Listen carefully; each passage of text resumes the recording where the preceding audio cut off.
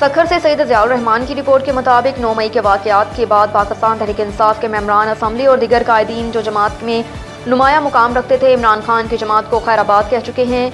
अब वहीं PTI के कारकुनान ने भी अपनी राहें तब्दील करना शुरू कर दी। गुज़श्ता रोज़ लेबर कॉलोनी में पाकिस्तान पीपल्स पार्टी के सीनियर वर्कर जाहिद शाह बुखारी के दफ्तर में सखर के अलाहाबाद कॉलोनी दीगर इलाकों से ताल्लुक़ रखने वाले मर्द और ख़वातीन PTI कारकुनान ने पाकिस्तान पीपल्स पार्टी में शमूलियत की। इस मौके पर जाहिद शाह बुखारी ने पीपल्स पार्टी में शमूलियत करने वालों को खुशामदीद कहा और फूलों के हार पहनाकर पार्टी परचम का मफलर पहनाया और उन्हें पीपल्स पार्टी में शमूलियत पर मुबारकबाद पेश की।